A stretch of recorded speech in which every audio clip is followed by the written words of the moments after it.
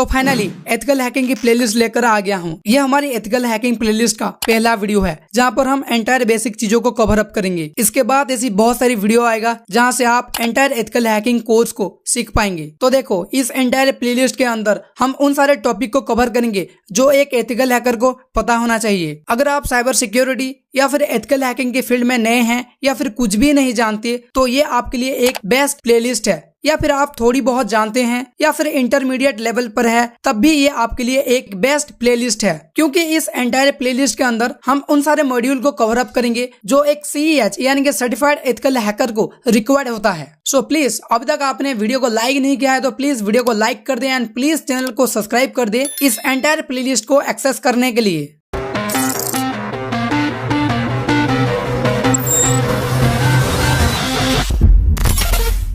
तो यहाँ पर आप देख सकते हो, इंट्रोडक्शन टू एथिकल हैकिंग से लेकर क्रिप्टोग्राफिक तक 20 डिफरेंट तरह के मॉड्यूल हैं। इन सारे मॉड्यूल को हम इस एंटायर कोर्स के अंदर कवर अप करेंगे। सबसे पहले हम इंट्रोडक्शन टू एथिकल हैकिंग को स्टार्ट करेंगे। उसके बाद footprinting and recognition, scanning network, enumeration, vulnerability analysis, system hacking and यहाँ पर जितने भी मॉड्यूल हैं उन सारे मॉड्यूल को 1 बाय 1 हम कवर अप करेंगे। बट यहाँ पर मैं आपको एक चीज बता देना चाहता हूँ। तो देखो, यहाँ पर जितने भी मॉड्यूल हैं इन मॉड्यूल के अंदर कुछ ऐसे भी टॉपिक हैं जिनको हम YouTube पर नहीं दिखा सकते, क्योंकि ये YouTube की गाइडलाइन को फॉलो नहीं करते। तो आप उन सारे टॉपिक को खुद से सीख सकते हो इंटरनेट और गूगल की हेल्प से।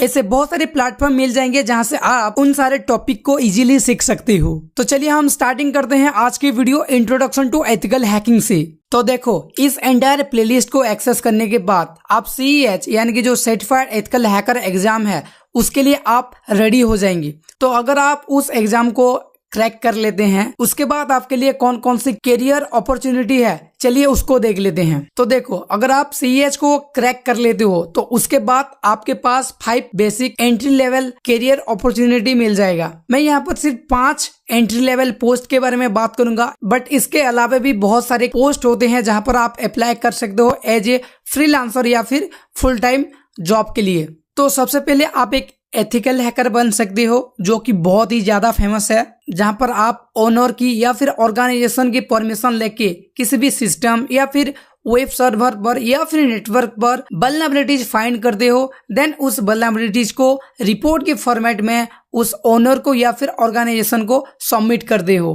बेसिकली एक एथिकल हैकर का काम होता है किसी भी नेटवर्क या फिर किसी भी सिस्टम के अंदर लो फॉल्स और वल्नरेबिलिटीज जो होते हैं उनको फाइंड आउट करना और उसको रिपोर्ट करना एंड किस तरह से उस लो फॉल और वल्नरेबिलिटीज को फिक्स करेंगे उसका सॉल्यूशन देना। उसके बाद आप एक नेटवर्क सिक्योरिटी इंजीनियर बन सकते हो, जहां पर आप एंटायर कंप्यूटर नेटवर्क को या फिर जितने भी डिवाइसेस कनेक्टेड है एक नेटवर्क के अंदर उन सारे डिवाइसेस को मैनेज कर सकते हो। उसके साथ साथ उस नेटवर्क को आप सिक्योरिटी भी प्रोवाइड करते हो, या फिर कोई भी नेचुरल डिजास्टर या फिर कोई भी प्रॉब्लम की चलती है अगर नेटवर्क फेल हो जाता है तो किस तरह से उस नेटवर्क को अगेन रीअसेंबल किया जाएगा, किस तरह से उसे फिक्स किया जाएगा, ये भी सॉल्यूशन आप प्रोवाइड कर सकते हो नेटवर्क सिक्योरिटी इंजीनियर जॉब के अंदर।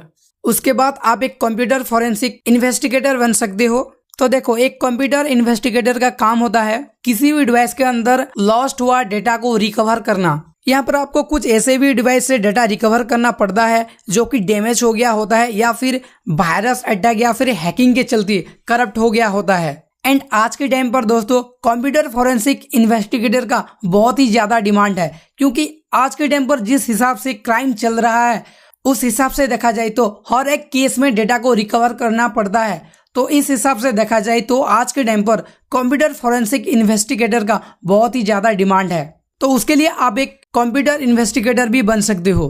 उसके बाद आप साइबर सिक्योरिटी एनालिस्ट बन सकते हो। तो एक साइबर सिक्योरिटी एनालिस्ट का काम होता है किसी भी कंप्यूटर के अंदर या फिर किसी भी नेटवर्क के अंदर सिक्योरिटी प्रोवाइड करना या फिर उनको सिक्योर रखना एंड जितने भी लो फॉल्स है, जितनी भी वल्नरेबिलिटीज है, उन सारे लो फॉल्स या फिर वल्नरेबिलिटीज को फिक्स करना। या फिर आखिर में आप एक सिक्योरिटी ऑडिटर भी बन सकती हो। तो देखो, एक सिक्योरिटी ऑडिटर को कंपनी हायर करता है अपनी सिक्योरिटी सिस्टम को ऑडिट करने के लिए या फिर टेस्ट करने के लिए। देन एक सिक्योरिटी ऑडिटर उस एंटायर नेटवर्क को या फिर एंटायर सिस्टम को टेस्ट करता है एंड उसके अंदर जो भी लो फॉल्स एंड वल्नरेबिलिटीज निकलता है उनको किस तरह से फिक्स किया जाता है, किस तरह से फिक्स करना है, ये सारी चीजें वो कंपनी को रिपोर्ट करता है। तो ये जो सिक्योरिटी ऑडिटर का काम है दोस्तों, इसे एज ए फ्रीलांसर भी आप कर सकते हो, एज ए पार्ट टाइम भी आप कर सकते हो, या फिर किसी भी कंपनी में हायर होकर भी कर सकते हो। क्योंकि इस जॉब के अंदर आपको सिर्फ और सिर्फ किसी भी नेटवर्क के अंदर या फिर किसी भी सिस्टम के अंदर लो फॉल्स या फिर वल्नरेबिलिटीज को फाइंड करना होता है, जो कि आप अकेले भी कर सकते हो या फिर एक टीम बनाकर भी कर सकते हो, या फिर एज ए फ्रीलांसर भी इस काम को आप कर सकते हो। तो ये तो हो गई करियर अपॉर्चुनिटी की बात। चलिए अब हम बात करते हैं कुछ बेसिक टर्म के बारे में जिनको हम इस एंटायर कोर्स के अंदर बहुत ही ज्यादा यूज करेंगे। तो सबसे पहला जो है वल्नरेबिलिटी। तो मैं इतने टाइम तक बहुत ही ज्यादा वल्नरेबिलिटीज कह रहा था, तो आपको पता होना चाहिए कि वल्नरेबिलिटीज का एग्जैक्ट मीनिंग क्या होता है। तो ऐसे समझ लीजिए, वल्नरेबिलिटीज का मतलब होता है कमियां। जो भी हमारे कंप्यूटर सिस्टम में कमी होता है या भी जो भी प्रॉब्लम होता है उनको हम वल्नरेबिलिटीज कहते हैं। जैसे कि यहाँ पर लिखा है, vulnerabilities refers to a weak point और loop holes in any system और network that can be helpful and utilized by attackers to hack into the system. Any vulnerabilities can be entry point from which a hacker can reach their target। इसका मतलब ये है कि vulnerabilities का exact point होता है weak point या फिर लूप होल्स। यानी कि वल्नरेबिलिटीज एक ऐसा चीज होता है जिसके जरिए एक हैकर आपकी सिस्टम के अंदर एंटर होता है। Then exploit, it is a breach of system security through vulnerabilities, zero day attack और एनी अदर हैकिंग टेक्निक्स। तो ये जो एक्सप्लॉइट है ये एक तरह का हैकिंग टेक्निक्स है जिसकी हेल्प से हैकर आपके सिस्टम के अंदर जो भी वल्नरेबिलिटीज होता है उसी के जरिए एंटर होता है। यानी कि ऐसे समझिए, एक्सप्लॉइट एक तरह का सिक्योरिटी ब्रेकर होता है जो कि आपके सिस्टम के अंदर जो भी लो फॉल्स है या फिर जो भी वल्नरेबिलिटीज है उसको फाइंड करके आपकी सिस्टम के अंदर एंटर करता है। तो नेक्स्ट बात करते हैं पेलोड के बारे में। तो देखो, ये जो पेलोड है इसको बहुत ही ज्यादा यूज किया जाता है मेटास्प्लॉइट के अंदर। तो देखो, पेलोड की हेल्प से हम किसी भी नेटवर्क के अंदर या फिर किसी भी सिस्टम के अंदर इंफॉर्मेशन की हेल्प से मैलिशियस कोड को इंजेक्ट करते हैं। यानी कि अगर हमारे पास प्रॉपर इंफॉर्मेशन है उस सिस्टम के बारे में या फिर उस नेटवर्क के बारे में, तो उस इंफॉर्मेशन के अकॉर्डिंग हम उस सिस्टम या फिर उस नेटवर्क पर मैलिशियस कोड को इंजेक्ट करते हैं, वो होता है पेलोड। तो देखो, एक हैकर किसी भी तरह से पेलोड आपके सिस्टम के अंदर सेंड कर सकता है। जैसे कि अगर आपके सिस्टम के अंदर कोई बैकडोर ओपन है या फिर कोई भी लूप होल्स है या फिर वल्नरेबिलिटीज है, तो उसी की हेल्प से आपके सिस्टम के अंदर पेलोड को सेंड कर सकता है। यहाँ पर बेसिकली दो ही मेथड को यहाँ पर बताया गया है, एक है बैकडोर और दूसरा है हाईजैकिंग। तो ये बैकडोर क्या है, हाईजैकिंग क्या है, इसके बारे में भी हम बात करेंगे। नेक्स्ट हम बात करते हैं जीरो डे अटैक के बारे में। It refer to threat and vulnerabilities that can be used to exploit the victim before the developer identify और address them and release patch of them. तो देखो, ये जो जीरो डे अटैक है इसे इस तरह से समझिए आप कि जो भी वल्नरेबिलिटीज है या फिर जो भी लूप होल्स है एक सिस्टम के अंदर या फिर एक नेटवर्क के अंदर, तो उस वल्नरेबिलिटीज को फिक्स करने से पहले अगर कोई हैकर उस वल्नरेबिलिटीज की हेल्प से उस नेटवर्क को हैक करता है तो उसे हम जीरो डे अटैक कहेंगे। यानी कि अगर आपके सिस्टम में कोई भी लूप होल है और आपने उस लूप होल को ठीक नहीं किया और उस लूप होल के हेल्प से अगर कोई हैकर आपके सिस्टम को हैक करता है तो उस अटैक को हम जीरो डे अटैक कहेंगे। ओके, तो नेक्स्ट हम बात करते हैं बोट के बारे में।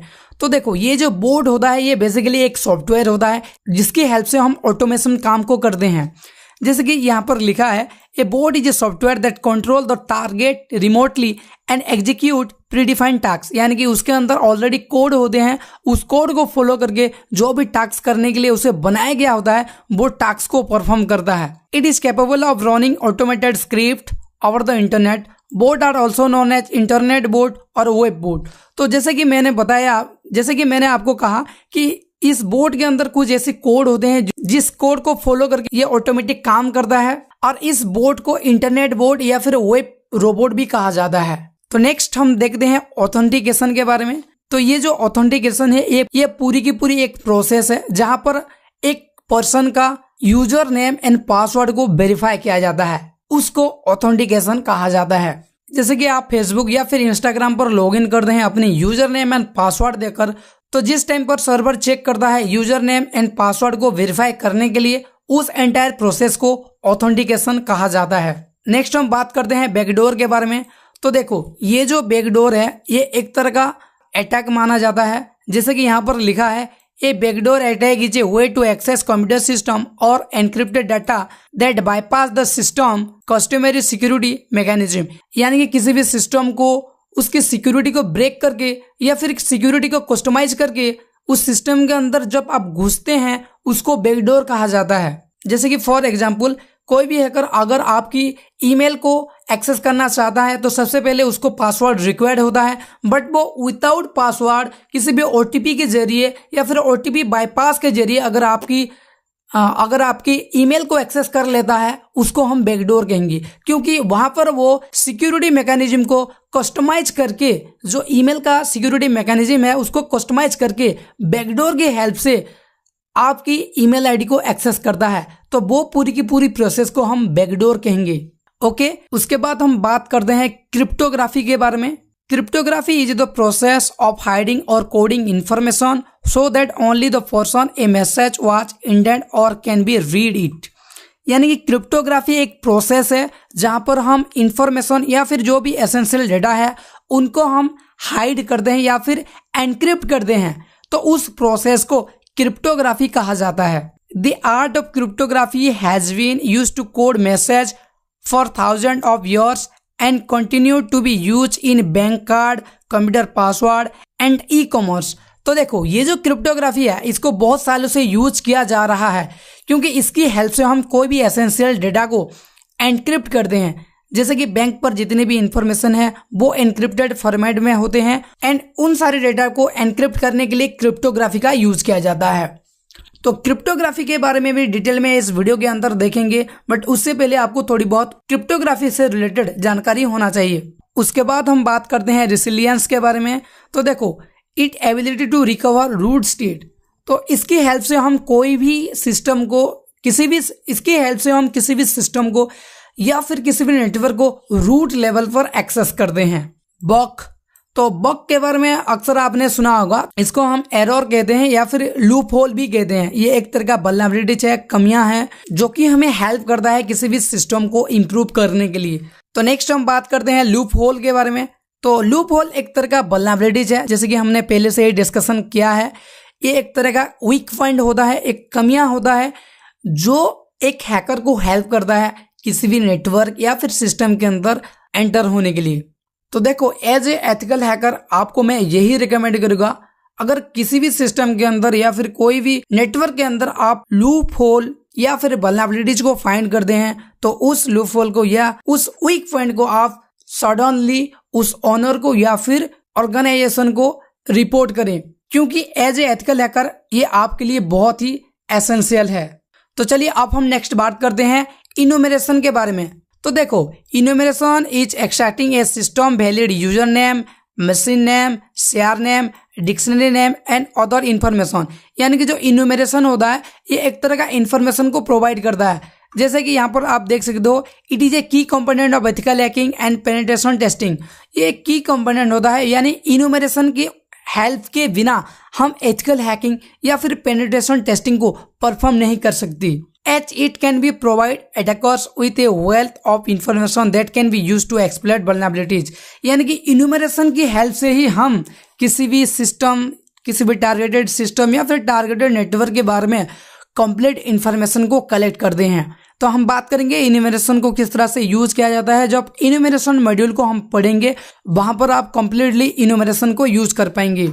तो नेक्स्ट हम बात करते हैं प्रोटोकॉल के बारे में। तो देखो प्रोटोकॉल एक तरह का रूल्स होता है, एक तरह का गाइडलाइन होता है जो कि हमें हेल्प करता है इंटरनेट के अंदर कम्युनिकेट करने के लिए। नेक्स्ट हम बात करते हैं मालवेयर के बारे में। तो देखो ये जो मालवेयर होता है इसका फुल फॉर्म होता है मैलिशियस सॉफ्टवेयर। ये एक तरह का वायरस भी आप कह सकते हो जो कि एक हैकर को हेल्प करता है कोई भी इंफॉर्मेशन या फिर कोई भी एसेंशियल डेटा को स्टील करने के लिए या फिर चुराने के लिए विक्टिम के सिस्टम से। यानी कि जो भी विक्टिम का सिस्टम होगा वहां से मालवेयर डेटा कलेक्ट करेगा एंड अपनी सर्वर पर सेंड कर देगा। देन अगेन वो जो भी हैकर होगा उस डेटा को रिसीव करेगा। तो ये होता है एक मालवेयर का काम, ये एक तरह का सॉफ्टवेयर होता है। ओके, तो नेक्स्ट हम बात करते हैं थ्रेड्स के बारे में।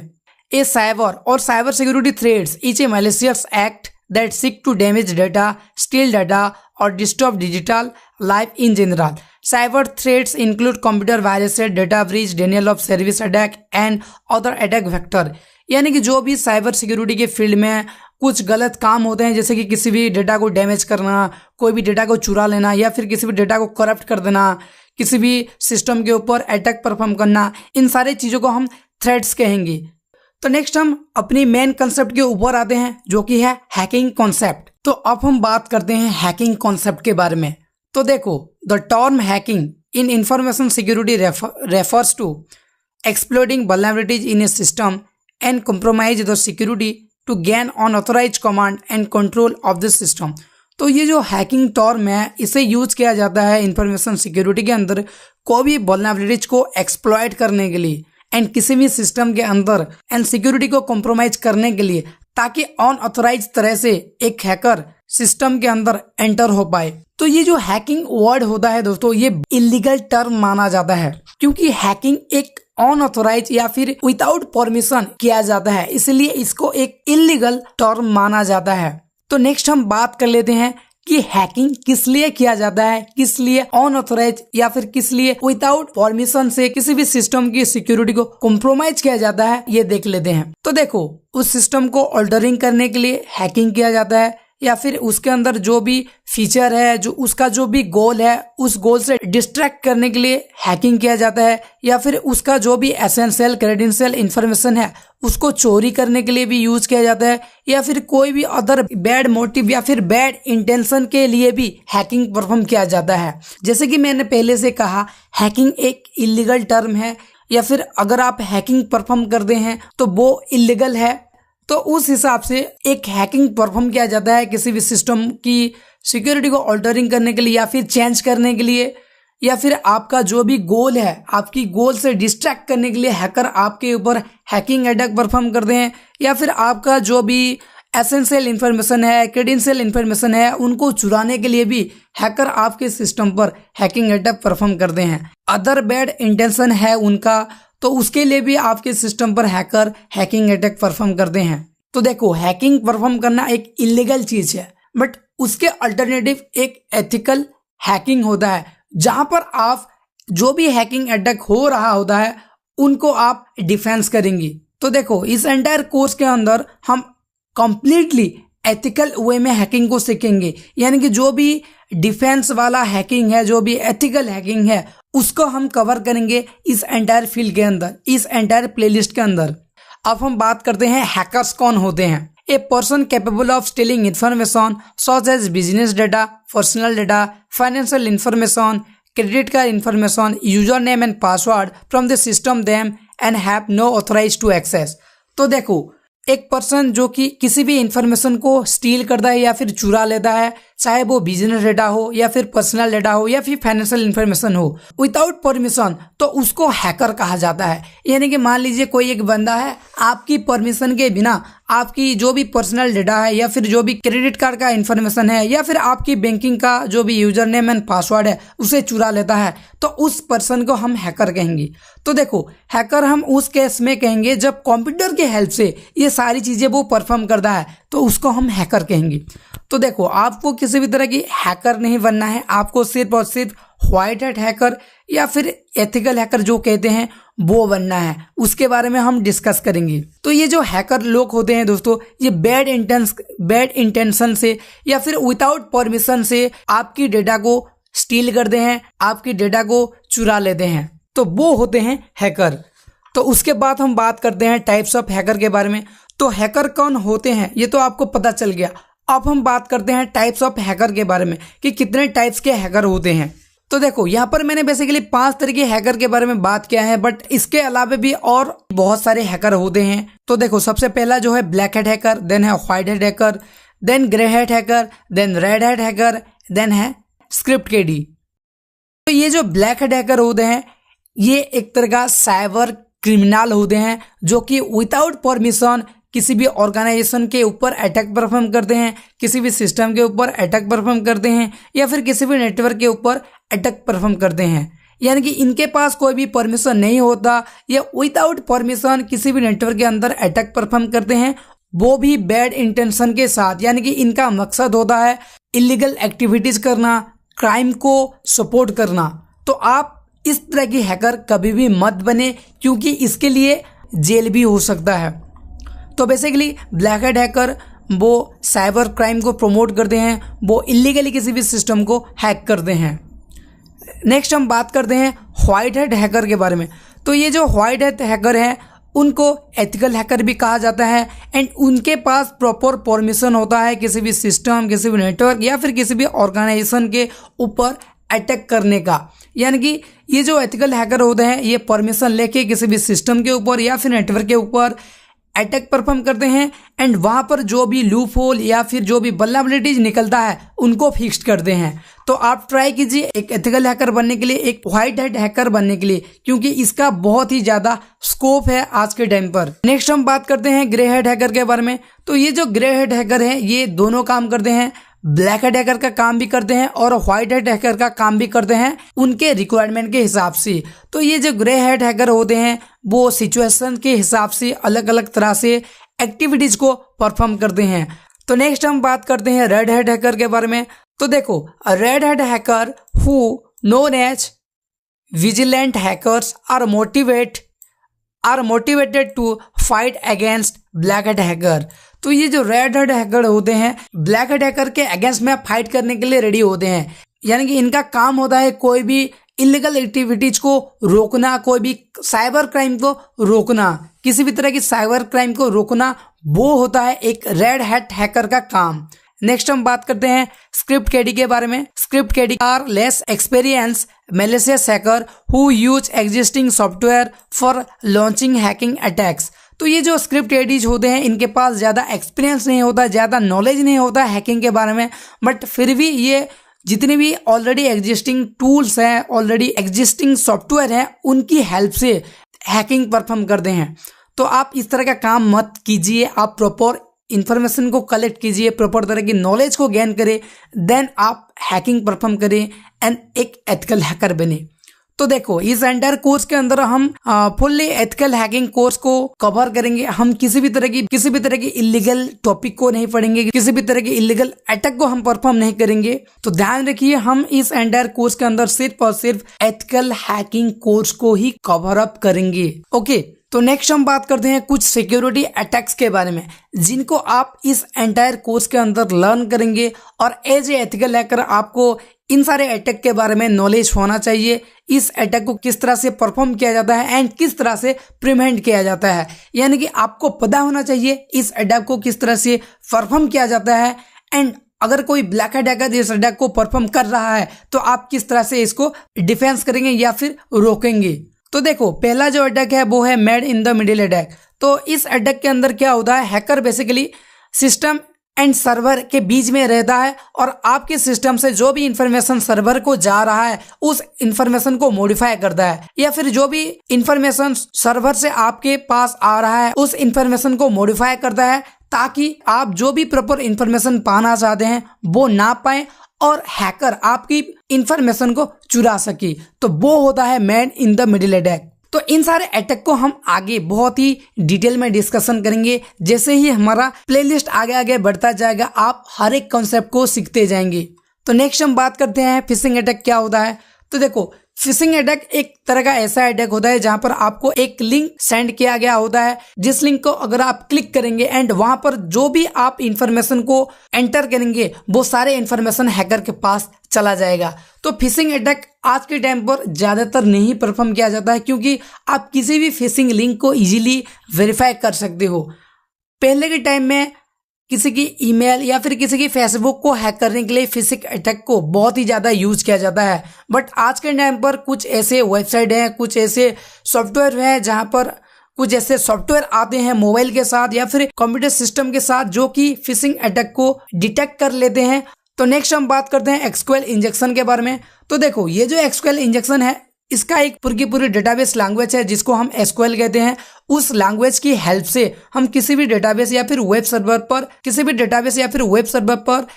वेब सर्वर पर एक हैकर अटैक परफॉर्म करता है डेटा को या फिर इंफॉर्मेशन को एक्सेस करने के लिए। तो इस अटैक को एसक्यूएल जो डेटाबेस लैंग्वेज है उसी की हेल्प से परफॉर्म किया जाता है। तो अगर आपको इस अटैक को परफॉर्म करना है या फिर इस अटैक को डिफेंस करना है तो आपके पास एसक्यूएल की नॉलेज होना चाहिए। तो नेक्स्ट हम बात करते हैं क्रॉस साइट स्क्रिप्टिंग के बारे में। तो देखो ये जो क्रॉस साइट स्क्रिप्टिंग है ये बेसिकली एक वेबसाइट पर परफॉर्म किया जाता है। इसकी हेल्प से आप एंटायर वेबसाइट के अंदर जो भी लूप होल्स या फिर जो भी वल्नरेबिलिटीज है उसको फाइंड करते हो। तो जितने भी लोग बग बाउंटी की फील्ड में जाते हैं उनको पता होता है कि क्रॉस साइट स्क्रिप्टिंग को किस तरह से यूज किया जाता है। यानी कि बेसिकली जो भी वेबसाइट होगा HTML CSS और जावास्क्रिप्ट से उनके अंदर जो भी लूप होल्स होता है उनको हम क्रॉस साइट स्क्रिप्टिंग की हेल्प से फाइंड आउट करते हैं। इसको बेसिकली XSS भी कहा जाता है। तो नेक्स्ट हम बात करते हैं मालवेयर अटैक के बारे में। तो ये जो मालवेयर अटैक है ये बेसिकली वायरस अटैक कहा जाता है। इसको आप बेसिकली एक हैकर वायरस को स्प्रेड करके या फिर वायरस को आपके सिस्टम पर सेंड करके आपके सिस्टम की जो सिक्योरिटी है उसको कॉम्प्रोमाइज करता है एंड आपके सिस्टम के अंदर एंटर होता है, उसको हम कहते हैं मालवेयर अटैक। तो नेक्स्ट हम बात करते हैं सोशल इंजीनियरिंग। तो ये जो सोशल इंजीनियरिंग है ये बेसिकली कोई किसी भी तरह का डिजिटल अटैक नहीं होता, बल्कि हैकर आपको मैनिपुलेट करते हैं थ्रू कॉल और मैसेजेस या फिर चैट के थ्रू। यानी कि आपको कई बार मैसेज आता है कि आपकी 1 लाख या फिर 1 करोड़ की लॉटरी लगा है, कि आपने इस कॉन्टेस्ट पर ये प्राइज जीता है। तो बेसिकली वो एक तरह का सोशल इंजीनियरिंग अटैक होता है जहां पर हैकर आपको कुछ मैसेज के थ्रू या फिर कॉल के थ्रू आपको डाइवर्ट करते हैं या फिर आपको मैनिपुलेट करते हैं और आपको भरोसा दिलाते हैं कि वो जो कुछ भी बता रहे हैं या फिर जो भी इंफॉर्मेशन प्रोवाइड कर रहे हैं वो ट्रू है, ताकि आप जैसे ही उनको अपना पर्सनल इंफॉर्मेशन देंगे या फिर बैंक का डिटेल्स देंगे तो वहां पर आपकी एंटायर इंफॉर्मेशन को कलेक्ट करके वो आपकी बैंक को खाली कर लेंगे। तो वो एक तरह का सोशल इंजीनियरिंग अटैक होता है। तो नेक्स्ट हम बात करते हैं डॉस अटैक के बारे में। तो देखो डॉस का फुल फॉर्म होता है डिनायल ऑफ सर्विस अटैक। यहाँ पर पर्टिकुलर एक वेबसाइट पर या फिर एक नेटवर्क पर नंबर्स ऑफ टाइम एक्सेस का रिक्वेस्ट सेंड करना, यानी कि किसी भी नेटवर्क को या फिर किसी भी सिस्टम को इतना एक्सेस करने का रिक्वेस्ट सेंड करना जिससे वो एंटायर सर्वर या फिर एंटायर नेटवर्क क्रैश हो जाए, उसको हम डिनायल ऑफ सर्विस अटैक कहते हैं या फिर डॉस अटैक करते हैं। तो ये जो डीडॉस होता है ये इसका ही एडवांस अटैक है जहां पर आप मल्टीपल डिवाइस से मल्टीपल टाइम तक किसी भी नेटवर्क के ऊपर या फिर किसी भी सिस्टम के ऊपर हैकर अटैक परफॉर्म करते हैं। तो नेक्स्ट हम बात करते हैं सेशन हाईजैकिंग के बारे में। तो ये जो सेशन हाईजैकिंग अटैक है वहां पर हैकर आपका क्रेडेंशियल इंफॉर्मेशन को चुराते हैं या फिर क्रेडेंशियल इंफॉर्मेशन की जो कुकीज होता है उसको एक्सेस करते हैं। तो बेसिकली ये जो 9 डिफरेंट तरह की अटैक्स हैं उनको हम आगे डीपली डिस्कस करेंगे एंड किस तरह से परफॉर्म किया जाता है और किस तरह से इन अटैक के ऊपर डिफेंस किया जाता है उसको भी हम सीखेंगे। तो देखो इस वीडियो के अंदर हम बहुत सारी बेसिक चीजों को सीखे जो कि हमें हेल्प करेगा आगे की चैप्टर को कवर अप करने के लिए। अगर आप ये सारे बेसिक चीजों को नहीं सीखेंगे, नहीं जानेंगे तो आप आगे की जितनी भी वीडियो आएगा उनको आप समझ नहीं पाएंगे। तो आप सबसे पहले इस एंटायर वीडियो को अच्छे से देख ले, अच्छे से समझ ले, उसके बाद जितनी भी वीडियो आएगा उन सारे वीडियो को आप इजीली समझ पाएंगे। तो ये तो हो गया सारे बेसिक चीजें जो आपको पता होना चाहिए एक एथिकल हैकर बनने के लिए या फिर एथिकल हैकिंग कोर्स को करने के लिए। तो इसके बाद जो भी नेक्स्ट वीडियो आएगा वहां पर हम डिटेल में अपनी एक हैकिंग लैब को सेटअप करेंगे एंड एंटायर काली लिनक्स जो हमारा ऑपरेटिंग सिस्टम है उसको हम सीखेंगे, ताकि उसके बाद जितने भी वीडियो आएगा उनको हम काली लिनक्स की हेल्प से सीख पाएंगे। तो दोस्तों अभी तक आपने इस वीडियो को लाइक नहीं किया है तो प्लीज वीडियो को लाइक कर दे एंड प्लीज सब्सक्राइब कर दे इस चैनल को, इस एंटायर प्लेलिस्ट को एक्सेस करने के लिए। तो फिर मिलते हैं दोस्तों नेक्स्ट वीडियो में।